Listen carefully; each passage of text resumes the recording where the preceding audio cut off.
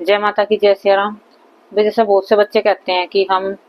मंदिर में जाते हैं, हमको रोना आता है माँ को देख के, या मतलब किसी भगवान को देख के भावुक हो जाते हैं। और जागरण में जाते हैं, कीर्तन में जाते हैं, तो अचानक से वहाँ अपने आप ही, हमें पहले कभी कुछ हुआ नहीं है, कभी हमारे शरीर पे कोई कुछ भी, मतलब घर पे कुछ भी नहीं होता था, लेकिन हम जागरण में गए और कीर्तन में गए, अचानक से वहाँ पे हम खेलने लग गए। और मतलब कि कोई हमें कोई भूत बता रहा है, कोई प्रेत बता रहा है, कोई हंसने लगता है। तो ऐसे ऐसे बच्चों के सवाल होते हैं, लेकिन हमें पता नहीं चलता हमारे साथ हो क्या रहा है। तब कि हम समझ भी नहीं पा रहे हैं कि हमारे साथ शक्ति है या भूत प्रेत है, या क्यों हो रहा है हमारे साथ, ऐसा क्यों होता है। तो देखो, जैसे बहुत से बच्चे हैं, किसी के घर में कहीं कहीं पीढ़ी बीत जाती है, जैसे तुम्हें पता नहीं है, तुम्हारी मम्मी को भी पता नहीं है, उससे पहले। और जैसे तुम्हारे दादा थे, दादी थी, उनसे भी पहले कोई तुम्हारे घर पे, मतलब तुम्हारी पीढ़ी में कोई पूजा पाठ करता था, जब तब करता था, मतलब कोई किसी के पास शक्ति थी, किसी की शक्ति, और भक्ति भी करता था। अब तुम्हें पता नहीं होगा कि दरबार भी चलता हो, किसी का गद्दी भी लगती हो, लेकिन तुम्हें तो नहीं पता ना। और तुम कहते हो कि हमने तो कभी पूजा पाठ कभी मतलब करते करी भी नहीं है, नहीं करते हैं हम, फिर भी हमारे पास शक्ति आ गई है। तो ऐसा क्यों हुआ है। तो ये जैसे कहीं कहीं पिड्डी बीत जाती है, तुम्हें पता नहीं चलता है, वो गद्दी लगाई होगी पहले कभी किसी पिड्डी में, तो वो है ना शक्ति, तुम्हें दिखाती है, बताती है, आती है, संकेत देती है कि तुम समझ जाओ। फिर तुम कहीं जाओगे, दरबार में जाओगे, दिखाओगे, चेक कराओगे, तो वहां से तुम्हें पता चलेगा भी कोई शक्ति है जो तुम्हारे कुल में पूजी जाती थी, फिर तुम्हें उसके वहां से तुम्हें पता चलता है। तो ये ऐसा होता है जैसे किसी के,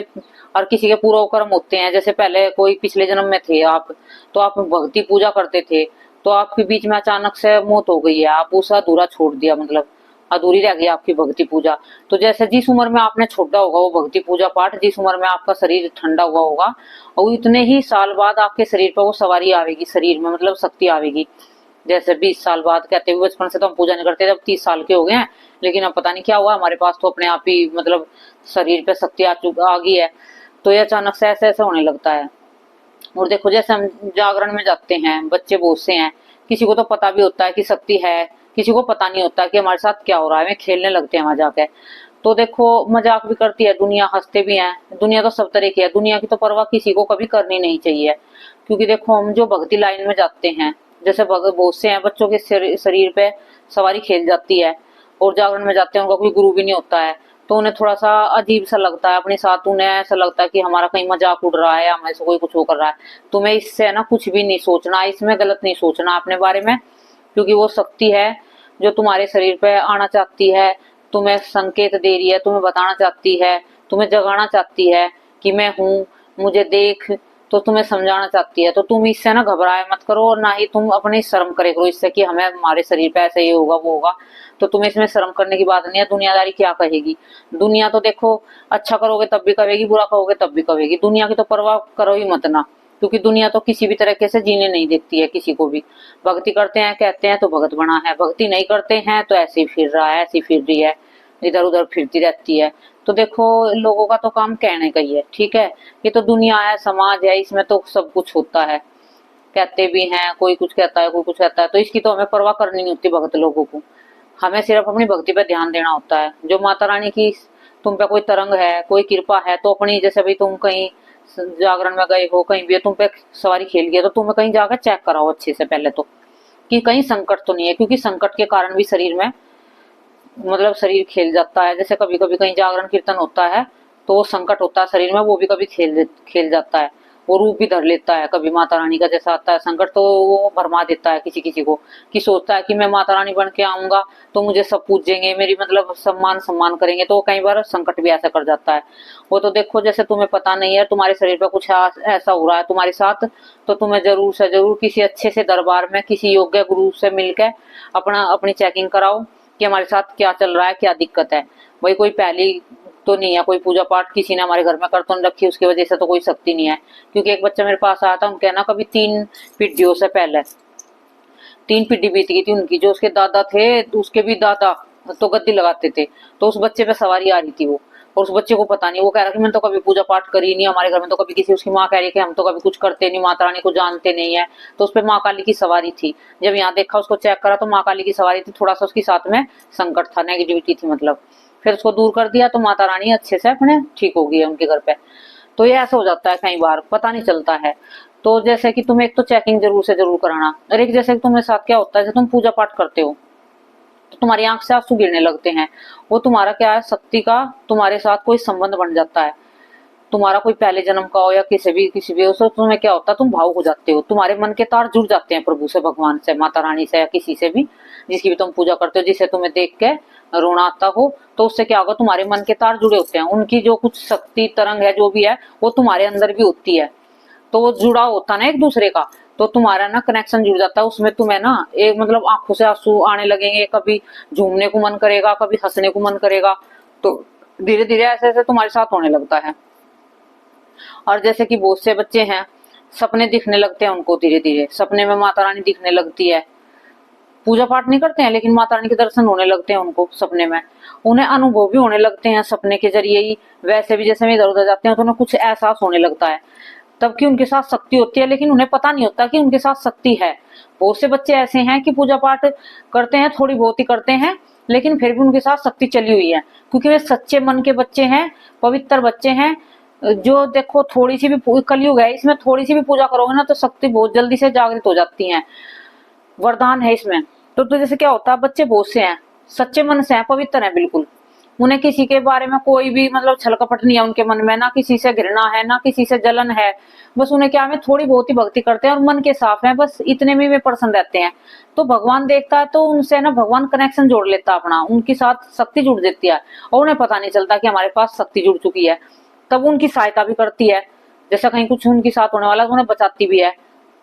उनको देखती भी है। और फिर क्या होता है, उनका मन धीरे धीरे धीरे धीरे धीरे पूजा पाठ में ज्यादा लगने लगता है, उनका एक मन शांत हो जाता है, उन्हें ऐसा लगता है कि हम ज्यादा से ज्यादा पूजा पाठ करें, ज्यादा से ज्यादा मंदिर में जाएं, ज्यादा से ज्यादा मतलब समय में एकला रहना पसंद करेंगे, एकला रहना पसंद करेंगे, उन्हें किसी से ज्यादा बात करना अच्छा नहीं लगेगा, क्योंकि उन्हें ना एकला रहकर एक सुकून मिलता है, एक शांति मिलती है उन्हें। जो आप अपने आप से बातें करते हैं ना, बहुत से बच्चे होते हैं कि बातें करते रहते हैं अपने आप से ही,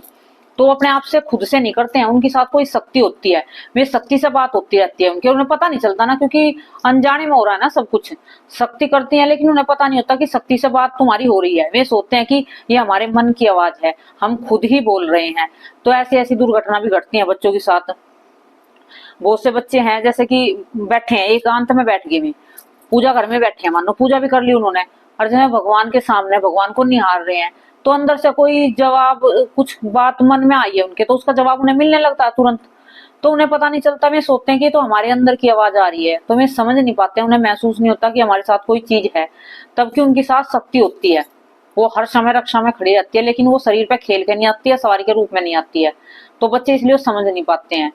वो मतलब अंदर ही अंदर तुम्हारी रक्षा करती रहती है और तुम्हें महसूस कराती है, थोड़ा बहुत आवाज कराती है कि मैं तेरे साथ हूँ, लेकिन तुम समझ नहीं पाते, ध्यान नहीं लगाते, देखते नहीं हो उनको, शक्तियों को। तो ऐसे भी कई बार शक्ति रहती है शरीर पे, पता नहीं होता है। और जैसे कि वही तुम कहीं जा रहे हो, कुछ दुर्घटना घटने वाली है, तो तुम्हें कभी कभी एहसास हो जाता है, तुम भगत भी नहीं हो लेकिन तुम्हें एहसास हो जाता है, महसूस हो जाता है कि ये होने वाला है, और वो कुछ फिर हो भी जाता है ऐसे ही, मतलब कोई एक्सीडेंट है या कुछ भी है, चोट लगनी है, कुछ भी है, तो तुम कहोगे कि ये होने वाला है, या फिर मैं कहीं तीर्थ पे जाने वाला हूँ, या कहीं भी मतलब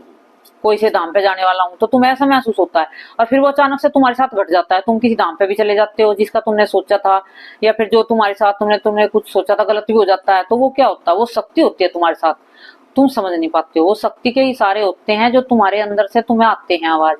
अंदर से तुम्हारे मन को महसूस होती है, तुम्हें ऐसा लगता है। बहुत से बच्चे हैं जो भगत, जो चौकी भी लगाते हैं, बच्चे जिन पर शक्ति नई नई आई है, तो वे क्या कहते हैं कि हमारे अंदर से आवाज आती है, हम समझ नहीं पाते हैं, तो वो क्या होता है, वो अंदर से तुम्हारी आवाज नहीं होती है बेटा, वो है ना उसकी होती है, भगवान की आवाज होती है अंदर से। वो तुम्हें लगता है कि तुम बोल रहे हो, लेकिन नहीं, वो शक्ति बोलती है। तुम्हें कैसे पता करना है कि भाई कौन बोल रहा है, शक्ति बोल रही है, तुम बोल रहे हो। जैसे कोई बात है, तुम्हें कोई महसूस हुई है और वो बात फिर कभी हुई नहीं, और या फिर झूठ निकल गई, तो समझ लेना कि वे तुम्हारी मतलब अपने मन की आवाज है। और जैसे कि कोई बात है, तुमने कह दी है कि ये होने वाला है, ये तुम्हें महसूस हो रहा है, वो हो गया, तो ये समझ लेना कि शक्ति तुम्हारे साथ है। इन संकेतों को तुम समझोगे ना तो बहुत आसानी से तुम्हें शक्ति समझ में आ जाएगी, तुम्हें कहीं चेकिंग कराने की जरूरत नहीं पड़ेगी कि शक्ति कौन सी है। और तुम ध्यान लगाओगे, पूजा पाठ करोगे, जैसे तुम मंदिर में तुम्हारे माता रानी बैठी है, भोले बाबा बैठे हैं, माँ काली बैठी है, तो तुम देख रहे हो तुम्हारा किसकी तरफ ज्यादा ध्यान जा रहा है, किसके सामने तुम बैठ के आकर्षित हो रहे हो, किसकी तरफ आकर्षित हो रहे हो, तो तुम समझ सकते हो कि तुम्हारा आकर्षण किस शक्ति की तरफ है। तो वही शक्ति तुम्हारे साथ में होगी जिसकी तरफ तुम्हारा आकर्षण होगा, जिसे तुम्हें देख के अपने मन की बात उनसे बतलाओगे, कहोगे कि हमें ये अंदर ही अंदर, माँ हम क्यों परेशान है, माँ हमें ये है वो है, तो आप माँ से बतलाओगे। वो तुम्हारी इष्ट भी होगी और तुम्हारे शरीर पर उसकी शक्ति भी होगी जरूर से जरूर। बहुत से बच्चे हैं इष्ट का उन्हें पता नहीं होता है। इष्ट कौन होता है? जिसकी तुम बचपन से पूजा करते आए हो और जिसकी तुम करते हो, तुम्हारे मन में बसे हुए हैं, वे तुम्हारे इष्ट होते हैं। सबसे पहले जिसकी तुमने पूजा शुरुआत करी थी कभी जीवन में, अपने भोले बाबा की करी हो, माँ पार्वती की करी हो, माँ काली की करी हो, किसी की भी करी हो, तुम्हारा लगाव उन्हीं की तरफ है। तुम हर बात अपनी शेयर करते हो उनसे, तो वे तुम्हारे इष्ट होते हैं। तो ये देखो, ये जैसे भावुक होना, सुहाना, ये तुम्हें छोटी सी जानकारी थी मैंने दी है। इसमें क्या होता है कि जैसे बहुत से बच्चे हैं बैठे रहते हैं,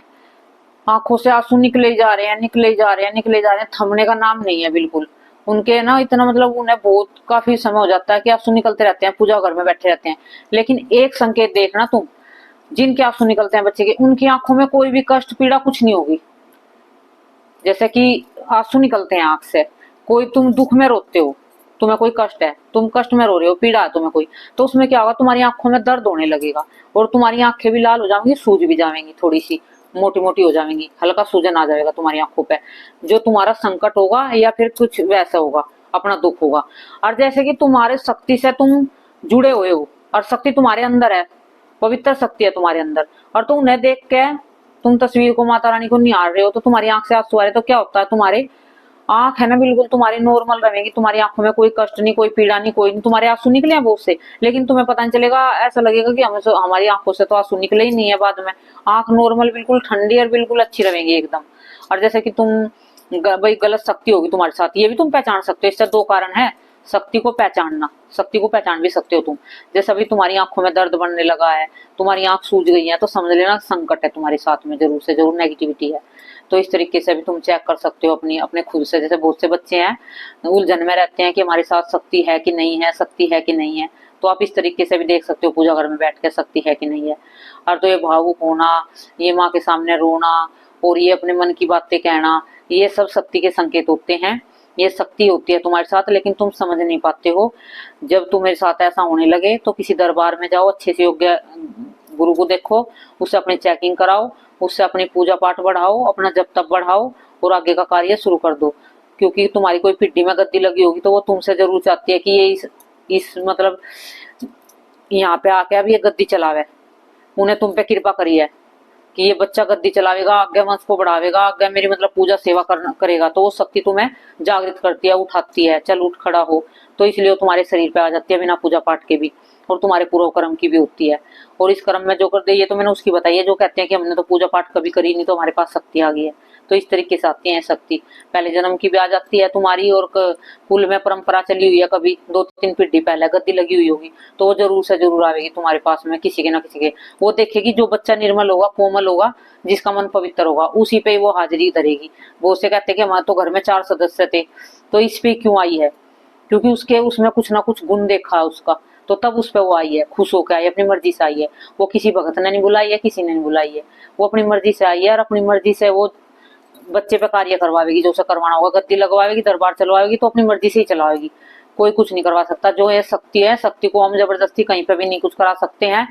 तब इनकी मर्जी होगी तो दरबार लगेगा, मर्जी होगी तो ये शक्ति चलेंगी। इनकी मर्जी के बिना हम कुछ नहीं कर सकते। हम अपनी मर्जी से ना दरबार लगा सकते हैं, ना हम कोई कार्य कर सकते हैं। हम इनके अधीन हैं, यही हमारे, जो हम इन पर निर्भर हैं। जो शक्ति करेंगी वही, जो कराएंगी तो वही बंदा करेगा, गद्दी भी वही लगावेगा। अपनी मर्जी से कोई कुछ भी नहीं कर सकता, ना दरबार चला सकता, ना गद्दी लगा सकता, कुछ नहीं कर सकता। ये शक्तियों की मर्जी होती है कि किस पे क्या कार्य करवाना है। शक्ति अपने आप चुनती है बच्चों को, जो योग्य बच्चे होते हैं शक्ति उनको चुनती है, जिसमें कोई खासियत होती है, जिन बच्चों के